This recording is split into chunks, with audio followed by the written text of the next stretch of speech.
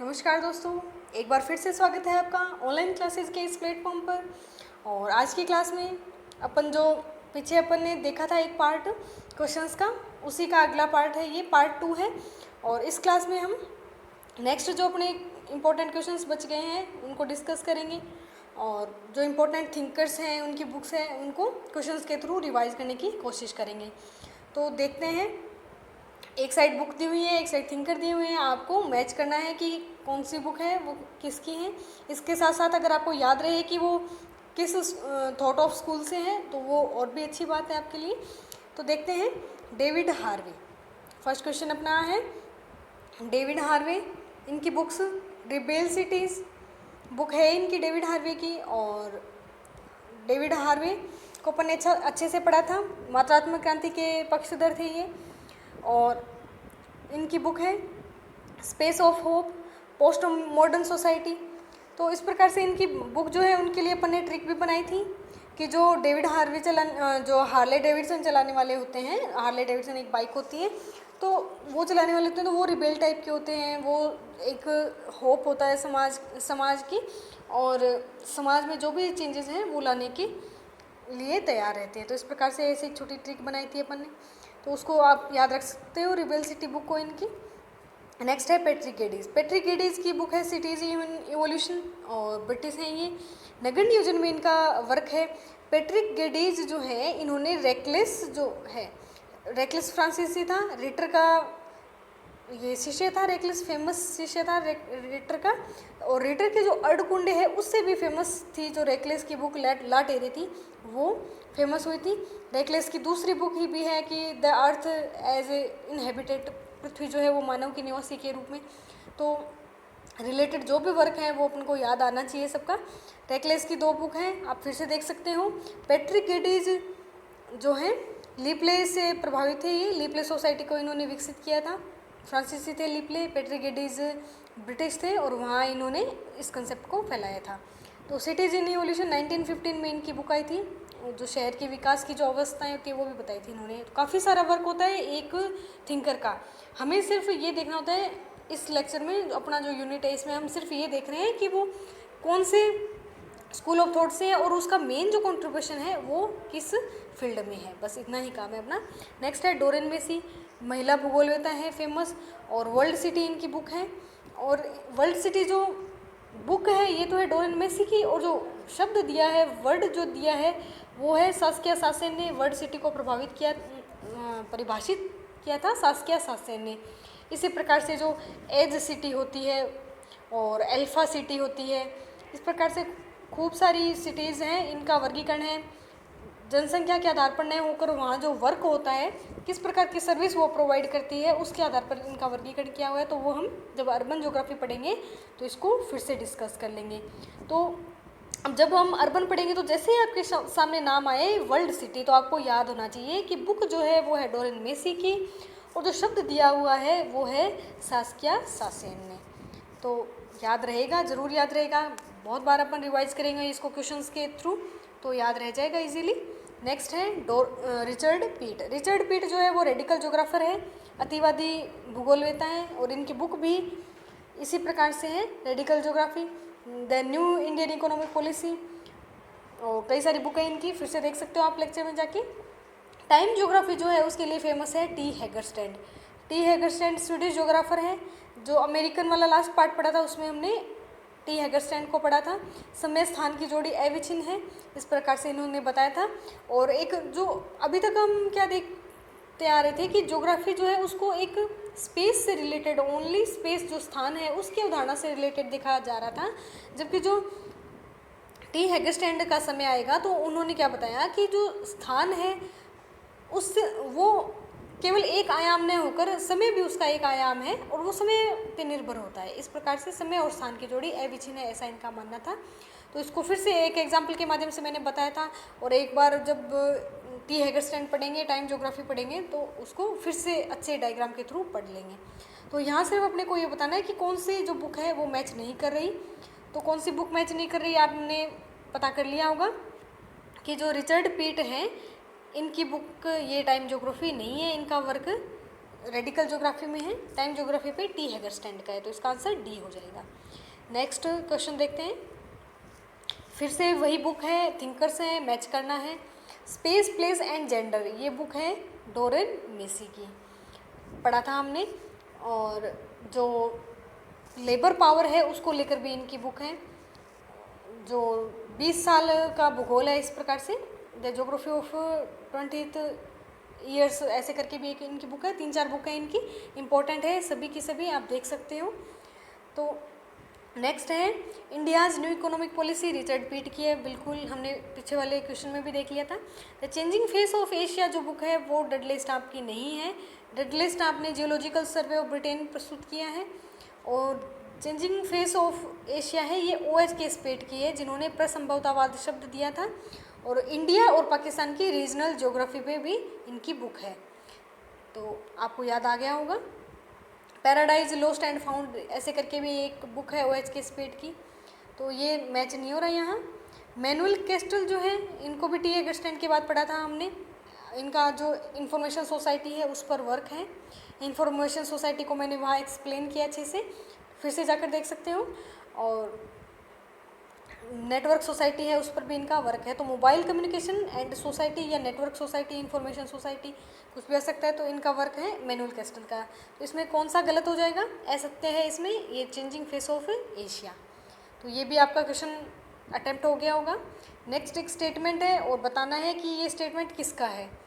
तो प्रकृति आदेशात्मक नहीं है, वह अनुमति बोधक है। अब इस स्टेटमेंट को देखकर आपको क्या लग रहा है कि अनुमति बोधक है, पर प्रकृति जो है वो केवल आदेश नहीं देती, वो हमें अनुमति प्रदान करती है। कि एक जो स्ट्रिक्ट जो बताया था, जो नियतिवादी जो लोग थे उन्होंने बताया था कि नहीं प्रकृति बहुत स्ट्रिक्ट है, मानव जो है वो बिल्कुल कुछ नहीं कर सकता, अपने पर्यावरण में जो वातावरण है उसमें बदलाव करने में समर्थ नहीं है। ऐसा सैम्पुल, हंटिंगटन, ऐसे जो कई सारे अपन ने पढ़े थे, तो उन्होंने क्या बताया था, प्रकृति को स्ट्रिक्टली एक ऐसे प्रोहिबिट कर दिया था कि मनुष्य कुछ भी नहीं कर सकता। जबकि ये क्या कह रहे हैं, अनुमति बोधक। तो रेड जेल तो बिल्कुल नहीं हो सकता, रेड जेल तो सामाजिक नियतिवादी थे और डार्विनवाद से प्रभावित थे। तो डार्विन की जो बुक है ओरिजिन ऑफ स्पीसी 1859 में आई थी, और डार्विन जो खुद है वो स्पेंसर से प्रभावित थे। तो पता होना चाहिए, अपन कड़ी से कड़ी जोड़ सकते हैं कि रेड जेल जो है वो डार्विन से प्रभावित था। डार्विन की बुक थी ओरिजिन ऑफ स्पीसी 1859 में आई थी, और जो डार्विन है वो हर्बर्ट स्पेंसर से प्रभावित था। तो इस प्रकार से ये अपन याद रख सकते हैं। तो इसमें क्या हो जाएगा, रेड जेल नहीं होगा, सामाजिक नीतिवादी है रेड जेल। तो जीन ब्रूस है, इनको अपन को चेक करना है, क्योंकि जीन ब्रूस जो है वो फ्रेंच है, फ्रेंच ज्योग्राफर हैं। और इन फ्रेंच जो है वो पूरा का पूरा संप्रदाय है, स्कूल ऑफ थॉट है फ्रांसीसी, जो वो सारा का सारा ही संभववाद, पॉसिबिलिज्म पर बेस्ड है। तो पॉसिबिलिज्म और प्रोबेबिलिज्म में भी मैंने बहुत अच्छे से डिफरेंस बताया हुआ है, आपको कंफ्यूज होने की ज़रूरत नहीं है। जीन ब्रूस जो है फ्रांसीसी भूगोलवेत्ता हैं, इनका जो वर्क है प्रिंसिपल ऑफ इंटरेक्शन और प्रिंसिपल ऑफ एक्टिविटी, दो ज्योग्राफी के इम्पोर्टेंट कंसेप्ट हैं, आपको ध्यान रखना है। 3 इम्पोर्टेंट कंसेप्ट माने जाते हैं, जिसमें एक तो है विडाल डी ला ब्लांस का पार्थिविकता का सिद्धांत, और जो दूसरा और तीसरा है वो है जीन ब्रूस का प्रिंसिपल ऑफ एक्टिविटी और principle of interaction, principle of interaction और प्रिंसिपल ऑफ एक्टिविटी। इसको आप फिर से चेक कर सकते हो आप जाकर लेक्चर में।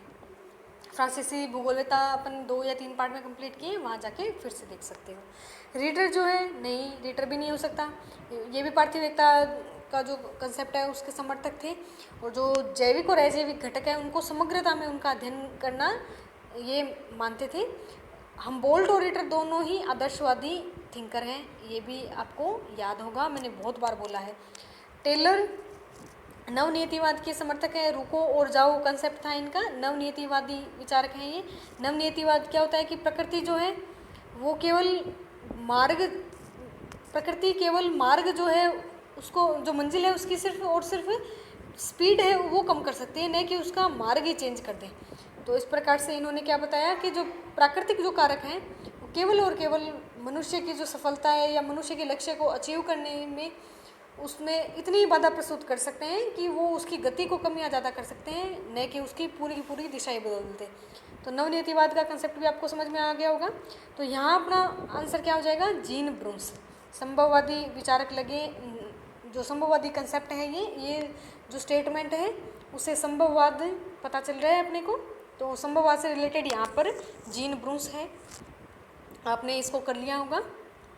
नेक्स्ट है कि एक ये डेफिनेशन है, एक तरह से आप इसको लिख सकते हो, अपने नोट्स में ऐड कर सकते हो कि कोई क्षेत्र है वहाँ अनूठापन है, उसकी विशेषता है, वो जो विशेषता है उस क्षेत्र की पर्टिकुलर वो दूसरे क्षेत्र से उसे भिन्न व्यक्तित्व प्रदान करती है। तो ये संकल्पना किससे संबंधित है, तो मात्रात्मक क्रांति से संबंधित नहीं है। मात्रात्मक क्रांति में हम क्या करते हैं कि कोई भी क्षेत्र है उसका अगर हमें अध्ययन करना है तो उसके लिए हम सामान्य नियम जो होते हैं जनरलाइज वे से उसको प्रस्तुत करते हैं, उसको फॉर्मूले से अपन कैलकुलेट करते हैं। तो कोई भी फॉर्मूला होगा तो किसी भी प्रदेश पर अगर उस फॉर्मूले को अप्लाई करेंगे, जैसे प्राइमेट सिटी का रूल है, रैंक साइज रूल है, और जैसे ग्रेविटी का डिस्टेंस डीके जो फंक्शन है, इन सबको अगर हम अप्लाई करेंगे किसी भी क्षेत्र पर तो वो क्षेत्र पर निर्भर न कर अपने जो सामान्य जो फॉर्मूला है उसी में अगर हम जो वैल्यू पुट करेंगे तो उस हिसाब से आंसर आएगा अपना। तो मात्रात्मक क्रांति तो बिल्कुल भी नहीं हो सकती इसका आंसर। नेक्स्ट है क्षेत्रीय विभेदीकरण। इसको आप समझ सकते हो कि क्षेत्रीय विभेदीकरण में अपन ने इडियोग्राफिक अप्रोच पढ़ी थी, एक नोमोथेटिक अप्रोच पढ़ी थी, जो हेटनर वाला जो वीडियो है जर्मन ज्योग्राफर पढ़े थे जब जिस पार्ट में अपन ने, तो उसमें हमने क्या पढ़ा था, 2 अप्रोच पढ़ी थी अपन ने, 2 अप्रोच, इडियोग्राफिक अप्रोच और नोमोथेटिक अप्रोच। तो नोमोथेटिक अप्रोच में क्या पढ़ा था कि नोम्स होते हैं, नोम्स वर्ड से बनाए, ये नोम्स का मतलब होता है सामान्य नियम, नोम्स से नॉर्मल या सामान्य नियम, और इडियोग्राफिक जो है उससे मतलब होता है यूनिकनेस, किसी भी क्षेत्र की अगर हम स्टडी कर रहे हैं तो उसकी यूनिकनेस को लेकर हम उसका अध्ययन करें। तो आपको समझ में आ गया होगा कि जो क्षेत्रीय विभेदीकरण है वो इडियोग्राफिक अप्रोच और जो यूनिकनेस जो है उससे संबंधित है, जबकि नोमोथेटिक जो अप्रोच है वो डिसीजन मेकिंग, निर्णय निर्धारण का जो विज्ञान है उससे रिलेटेड है। तो अगर इसको एग्जाम्पल से समझना चाहें अपन नोमोथेटिक और इडियोग्राफिक में, और अगर आपको अंतर देखने हैं, इसको और अच्छे से समझना है तो आप फिर इसको समझ सकते हो उस वीडियो में जाकर।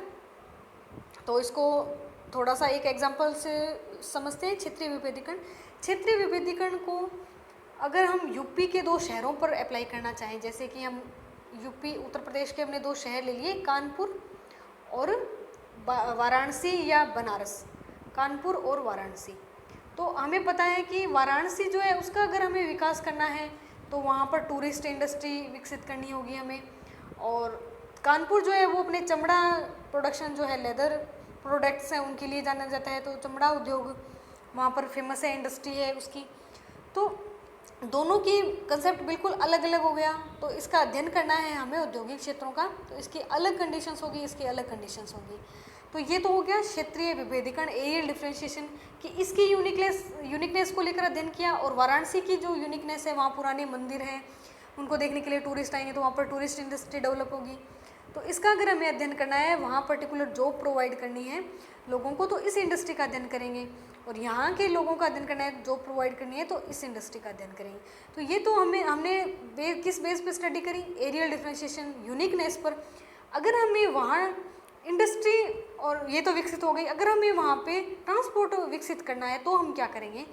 तो ट्रांसपोर्ट जैसे हमें एक वहाँ पर मेट्रो अवेलेबल करानी है, तो मेट्रो के लिए हमें यहाँ पर भी जो मोस्ट इंडस्ट्री है उनको जोड़ना है, जो लेबर जो आती है डेली अप डाउन करते हैं उनको जोड़ना है, और जो खुदरा व्यापार या फिर जो कच्चा माल आता है उन क्षेत्रों को भी जोड़ना है। इसी प्रकार से टूरिस्ट वाले में हमें क्या करना है कि कोई जैसे टूरिस्ट आएंगे तो किसी ट्रेन के माध्यम से या फिर एरोप्लेन के माध्यम से आएंगे तो उस स्थान को जोड़ना है, फिर जो साइट है जो विजिट करने वाली उसको जोड़ना है, फिर जो रिसोर्ट हैं जहाँ पर टूरिस्ट ठहरेंगे और उनको किस प्रकार के और भी अन्य जो स्थान है उनको देखना है।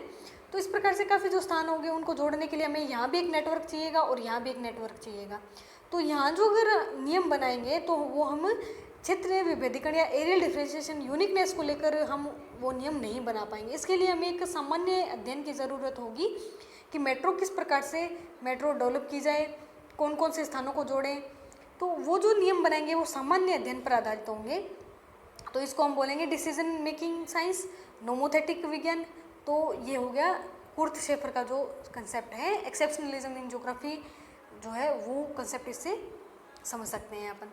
तो आपने इन दोनों एग्जाम्पल के माध्यम से क्या समझा कि जितनी क्षेत्रीय विभेदीकरण की टेक्निक जरूरी है उतनी ही एक जो नॉर्मलाइजेशन करने की जो टेक्निक है, सामान्य वर्गीकरण करने की जो टेक्निक है, वो भी उतनी ही ज़रूरी है। क्योंकि पूरे विश्व के लिए हम अगर ऐसे एक यूनिकनेस को लेकर अध्ययन करने बैठ जाएं तो बिल्कुल संभव नहीं होगा। सभी जो ऑब्जेक्टिविटी आ जाएगी, कोई भी जो साइंटिस्ट है वो अध्ययन करेगा, उसके हिसाब से जो रूल्स हैं वो चेंज होंगे और जो ऑब्जर्वेशंस होंगी वो चेंज होंगी। तो इस प्रकार से कितनी ज़रूरी है जो नोमोथेटिक जो साइंस है वो कितनी ज़रूरी है निर्णय निर्धारण में, सामान्यीकरण करने में क्षेत्रीय विभेदीकरण से भी ज़्यादा जो नोमोथेटिक अप्रोच है वो काम में ली जाती है। तो क्षेत्रीय विभेदीकरण इसका आंसर हो जाएगा, बिल्कुल आप स्टेटमेंट से पता कर सकते हो। नेक्स्ट जो है स्पाशियल एनालिसिस और लोकेशन एनालिसिस या फिर सिस्टम तंत्र विश्लेषण जो है, ये सभी की सभी तीनों मात्रात्मक क्रांति की विधियां हैं। तो इनको हम मात्रात्मक क्रांति पढ़ेंगे तो वहाँ पढ़ लेंगे। यहाँ डिस्क्राइब करना बहुत वीडियो लंबा हो जाएगा, अपने को क्वेश्चंस डिस्कस करने हैं केवल, तो उन्हीं पे फोकस करते हैं। क्षेत्रीय विभेदीकरण इसका आंसर हो जाएगा। ये स्टेटमेंट से आ जाएगा आपको समझ में, ये क्वेश्चन गलत नहीं होना चाहिए आपका। नेक्स्ट, कौन निश्चयवादी नहीं है, बहुत ईजी सा क्वेश्चन है और इसको इजीली आप 1 मिनट ले सकते हो, बाकी 1 मिनट लेने वाला क्वेश्चन है नहीं ये। तो सैम्पल जो है बिल्कुल है, ये पर्यावरणीय नीतिवादी हैं, तो घोर निश्चयवादी विचारधारा के समर्थक हैं ये, और उसकी शिष्य हैं रेड जेल की, ये भी आपको पता होना चाहिए। ये खुद तो अमेरिकन है और शिष्य हैं वो रेड जेल के हैं। रेड जेल जर्मन था, सामाजिक नीतिवादी था। हेटनर जो है वो नहीं है, हेटनर इडियोग्राफिक अप्रोच थी, हेटनर की इडियोग्राफिक अप्रोच अभी जो अपन ने समझी थी, यूनिकनेस वाली अप्रोच थी हेटनर की। और इन्होंने क्षेत्रीय विभेदीकरण शब्द जो है या फिर क्षेत्रीय विभेदीकरण की चर्चा सबसे पहले हटिंगटन ने की थी। नेक्स्ट, हटिंगटन जो है वो जलवायु नीतिवादी है। पीछे वाले लेक्चर में हमने अच्छे से इन तीनों को पढ़ा था, नीतिवादी के जो अलग अलग कंसेप्ट होते हैं उनको सबको देखा था हमने। तो ये जलवायु नीतिवादी है हटिंगटन। हटिंगटन ने कहा था जो समान जलवायु है वो समान दशाओं को जन्म देती है, इस प्रकार से इनका स्टेटमेंट है, वो भी देखा था हमने। नेक्स्ट है लीपले। लीपले सोसाइटी को विकसित किया था, पारिवारिक आय बजट पर इन्होंने काम किया था। इन्हीं की जो अवधारणा है उसको विकसित किया था पैट्रिक गेडीज ने, गेडीज फॉर्मूला में गेडीज ट्रायोड दिए थे, वो भी हमने देख लिए थे। पैट्रिक गेडीज ने सिटीजन इवोल्यूशन, नगर नियोजन जो है इनमें वर्क है पैट्रिक गेडीज का। तो लीपले जो था वो फ्रेंच था और जो अमेरिका में इसके वर्क को विकसित किया था पैट्रिक गेडीज ने, सॉरी ब्रिटिश था Patrick Geddes. Patrick Geddes British था, लीपले फ्रेंच था। हटिंगटन अमेरिकन है, हेटनर जर्मन है और सैम्पल अमेरिकन है। तो आपको ये भी पता होना चाहिए किस स्कूल ऑफ थॉट से बिलोंग करते हैं। तो आपको क्वेश्चन समझ में आ गया होगा, कौन निश्चयवादी नहीं है, बिल्कुल हेटनर नहीं है, कहीं कोई डाउट नहीं है। हेटनर जो है वो संभववादी विचारधारा से संबंधित है। नेक्स्ट क्वेश्चन है कि किसने क्षेत्रीय विभेदीकरण की अवधारणा का समर्थन नहीं किया था। तो आप इस क्वेश्चन को 1 मिनट ले सकते हो, बाकी 1 मिनट लेने वाला ये भी नहीं है, बहुत इजी क्वेश्चन है। कार्ल ओसावर, हेटनर, हार्टशॉन, तीनों को अपन ने देखा था 1905 में इन्होंने वर्क किया था इस पर, क्षेत्रीय विभेदीकरण संकल्पना पे, और इन्होंने 1925 में किया था। और हार्टशॉन ने तो अपनी जो बुक लिखी थी उसमें इसको बहुत ज़्यादा फेमस किया था। 1939 में आई थी इनकी बुक, 1939 में आई थी नेचर ऑन ज्योग्राफी 39, ये शायद आपको दिख रहा होगा 1939। और फिर इसके 20 ईयर्स बाद आई थी 1959 में perspective on nature of geography. पहले आई थी नेचर ऑफ ज्योग्राफी, फिर आई थी perspective on nature of geography. तो ये भी आपको पता होना चाहिए बुक्स इनकी। तो ये तीनों क्या हैं, तीनों ही इससे रिलेटेड हैं। जबकि WOM डेविस है, ये एक जो कह सकते हैं अपन प्रादेशिक भूगोलवेता न होकर प्राकृतिक भूगोलवेता है।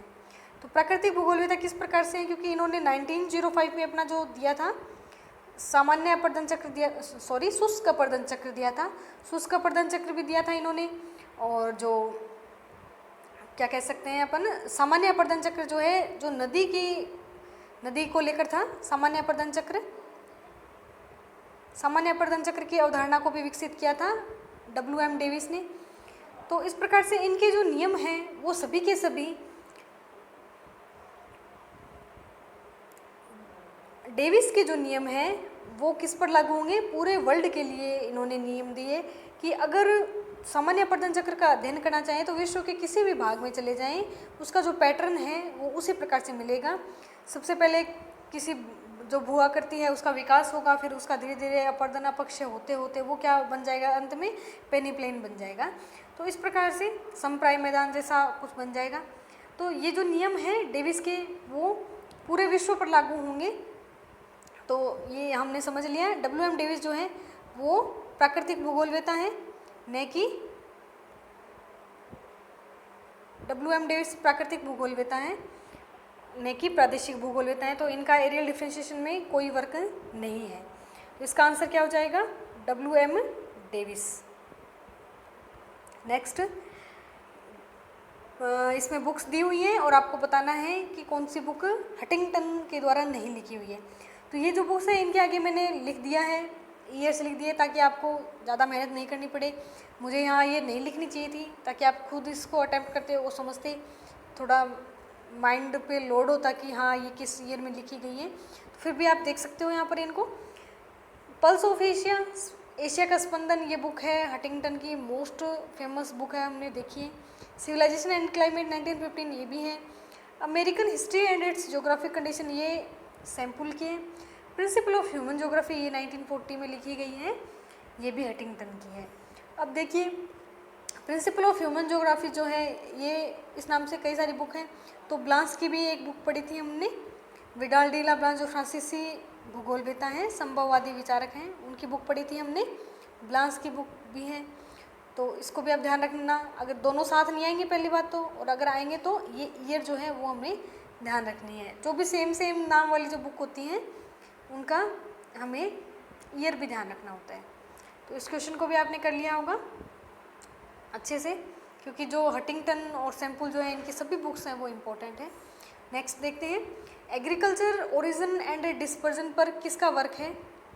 तो इसको 1 मिनट ले सकते हो आप क्वेश्चन को सोल्व करने में, बाकी बहुत इजी क्वेश्चन है। एग्रीकल्चर ओरिजिन एंड डिस्पर्जन जो है उस पर वर्क है कार्ल ओ सावर का।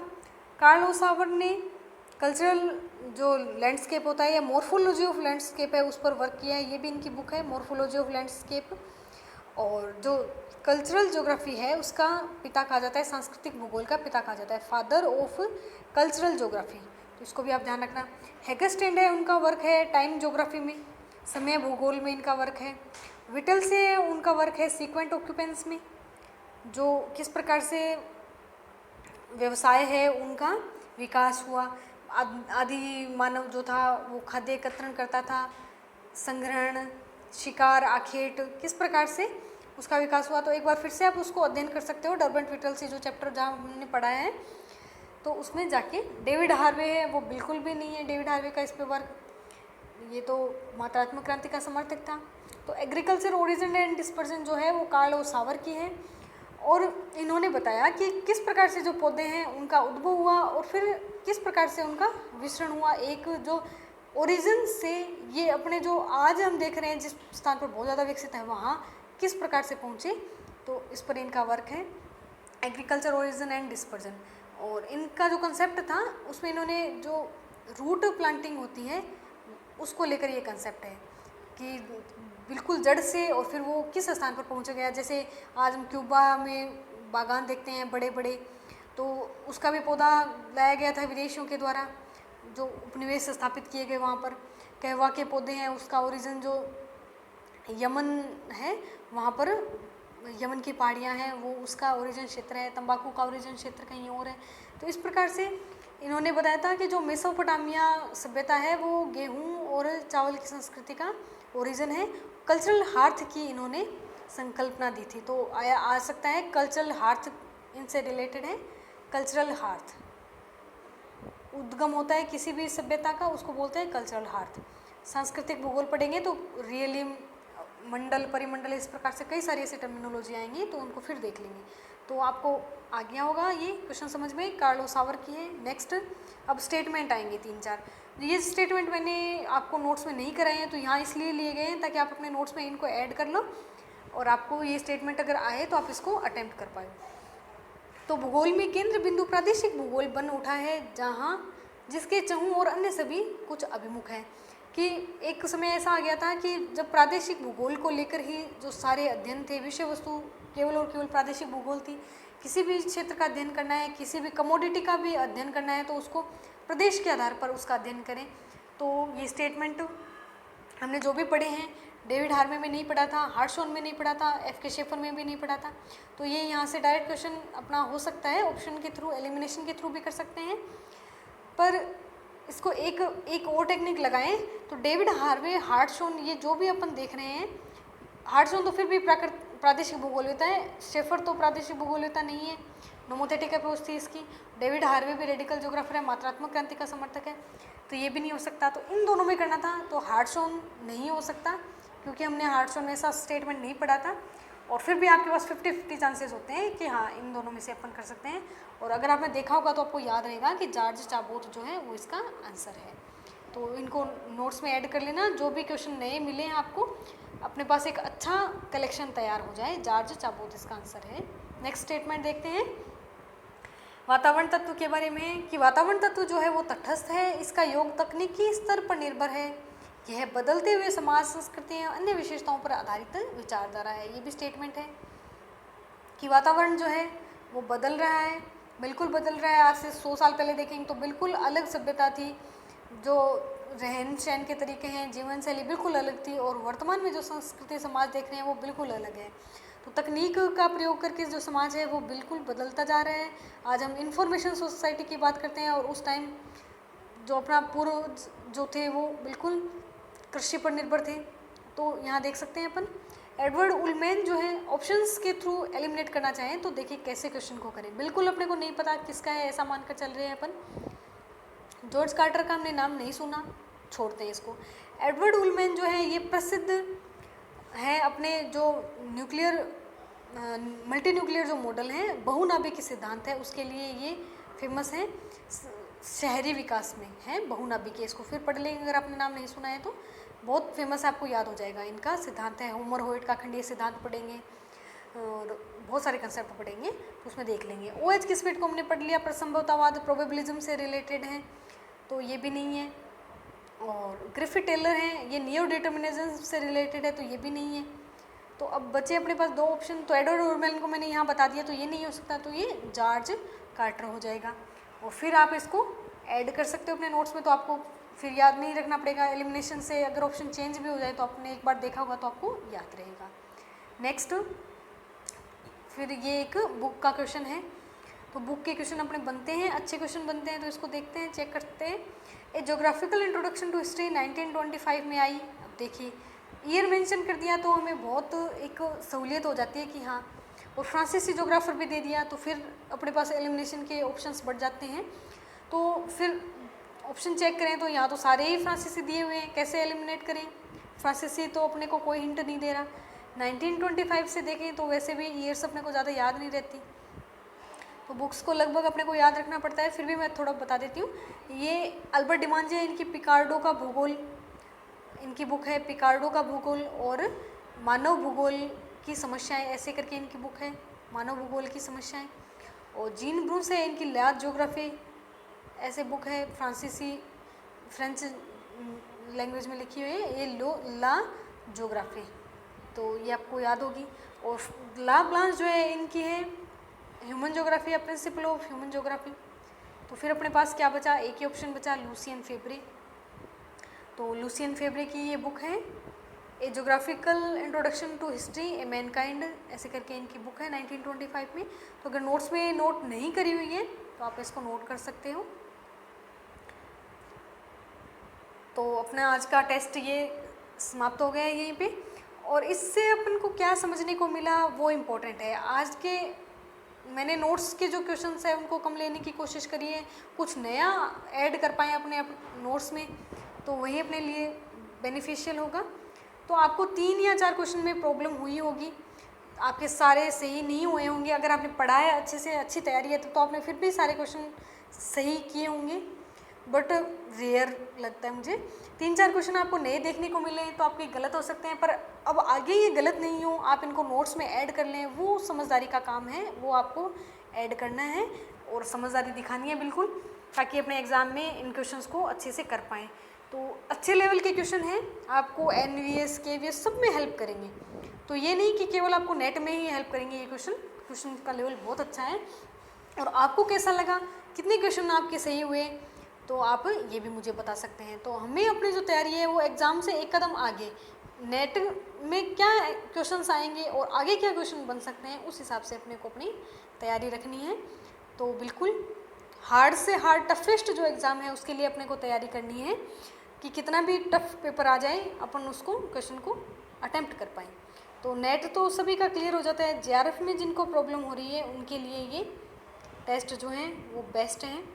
तो अपनी तैयारी को शार्प कीजिए, बिल्कुल डेली कुछ ना कुछ ऐड कीजिए, पढ़ते रहिए, बढ़ते रहिए और आपका दिन शुभ हो।